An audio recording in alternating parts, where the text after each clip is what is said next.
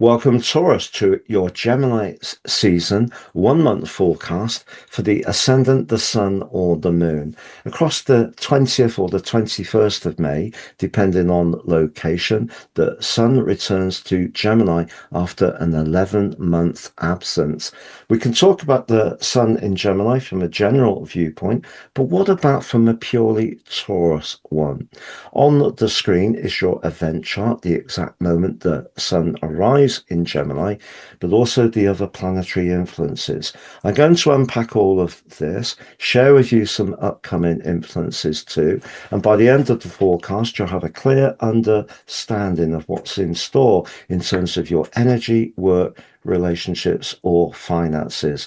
I'm astrologer Patrick Arundel. A very warm welcome. If you've yet to subscribe to my channel, please do so now to help it to continue to thrive. But please also click or tap the bell notification symbol. So you can see, Taurus, that the sun is very close to Uranus. Uranus recently left you after that 7-year visit, and the combination of the sun and Uranus the day after the sun arrives is the first time for 78 years. So it's very, very rare. You know that Uranus is a very electric energy. It can be a provocative one, and it can be unsettling. But what would it mean for you? Because as much as Gemini energy is about fast communications, data, social media, short journeys, connections with our neighborhood or neighbors, or to do with just very bright and sharp ideas and information gathering, it's in the second house for you, which ironically has an echo of the energy of your sign. So the thinking, because Gemini is an air sign, that you're going to do over the next month is likely a lot to do with the foundations of your world, your values, your self-worth, but also your approach to everyday finances. But you can see that Mercury, the ruler of the sign of Gemini, is in residence and forging a stunning and penetrative trine to Pluto, the planet of change in your sector of work and your worldly interaction. I think your finances can improve significantly over the next 4 weeks if you're very flexible, which is really important with Gemini energy. But we need to be mindful of your ruler. Venus is in the third house of your chart, which has a Gemini vibe, quick communication. Venus in Cancer is nurturing and caring, but links back to Mars in your sign in a perfect sextile. So Mars has come into your sign and is supercharging your determination, and will do over the following near to 6 weeks to seize a golden prize. But with Venus in that lovely link, not only can you apply the raw passion, you can also apply a degree of diplomacy.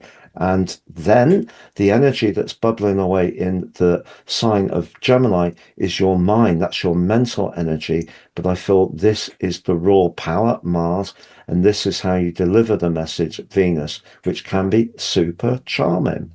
However, we do have Venus linking back to Neptune, which is in the 12th house of your chart. So as much as your work situation could go really well over the next 4 weeks, if you can be flexible, just be aware if you are set to get to know someone new and you're not quite clear what that person is about, Neptune squaring Venus can alter our reality in subtle ways. So if someone's not answering your messages, very Gemini, crisply and on time, it is something to be cautious about.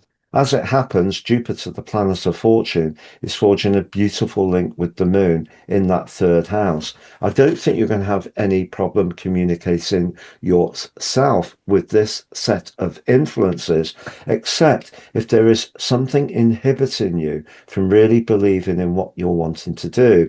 And that could show up with Chiron's square to the moon. So if you do find yourself having a few moments of doubt, it's a great time to talk to a friend and really really get a different perspective, because you can value yourself in a different way, and you can think about your worth in a fresh way too, particularly with the sun's application to Uranus. But I wanted to talk to you about the sun as it moves forwards. It does link back to Neptune in a sextile, but it also comes into a T square with the nodal axis. What's the implication for you personally? Well, I think if you are trying to do something that's more creative or artistic, then you need to be grounded in your usual way. So if you have an idea that is a little bit more left field, don't dismiss it, because anything fresh and innovative can really work out well. But you still need to do the maths. It still needs to add up. There still needs to be a degree of structure. But what can help that is Saturn's link to Mercury. Now, the T square with the north node and the south node is particularly intriguing, because if you do encounter someone over this next month that you really fancy, the critical thing I feel is that your values actually align. It might sound a little bit old fashioned, because we live in a world very much to do with image. If you're really drawn to a person because they dress well, they're stylistic, you like the same music, you can be attracted to one another, there is that spark, but you don't actually feel their values match up to yours, that is a red flag. So just be conscious of that, because the North Node in your 11th house is really emphasizing the more idealistic part of your nature. And the second house is where we may go for something because we really desire it. Second house energy is essentially governed by your ruler Venus, so that sensual attraction. And because of the electric vibe of the sun near to Uranus, you may make a quick decision to get up close and personal to someone who's not necessarily the right one for you.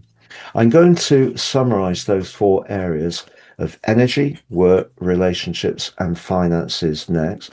But just to say, I've slashed the price of my personal horoscope reports. It's now three for the price of one.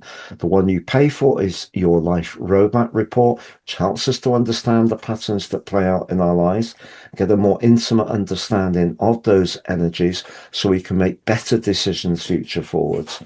The free charts are your 12 months transit forecast and your draconic soul karmic analysis.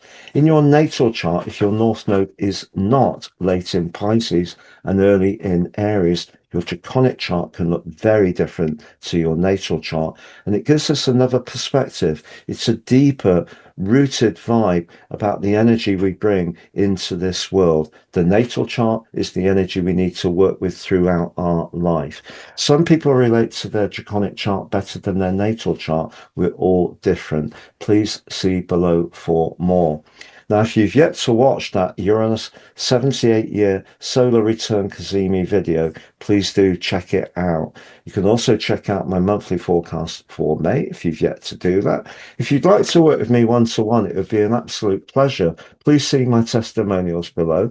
And if you've yet to take advantage and sign up for your free daily written horoscope fired to your device each morning, you can do that below too and get your early day celestial pit stop. So to summarize, as far as your energy is concerned, because of having Neptune, Saturn, and Chiron all in the 12th house, it is going to be important to stay in touch with that part of yourself, which is more to do with the spiritual, the more emotional, and even psychological part of your nature.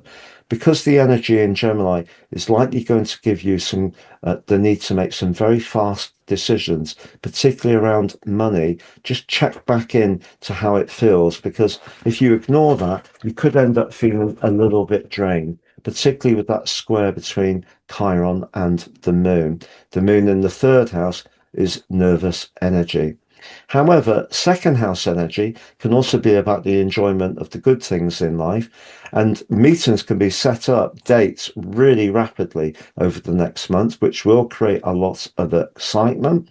But also, when it comes to your romantic situation, the link between Mars and Venus is fantastic. So you could enjoy meeting someone and having a great date with them, perhaps over a nice meal. But if you do be mindful of your values because of the T-square between the sun and the nodal axis. You may be tempted by something, tempted to make a fast decision, but you don't want it to be one that you do regret.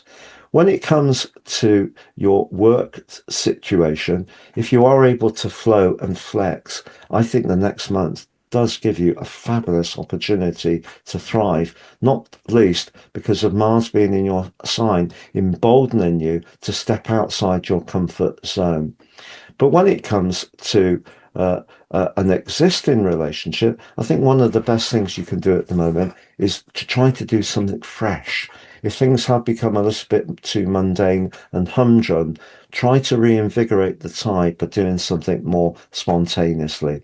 It's been a real pleasure being with you, Taurus. Have a great month and all the best, and bye for now.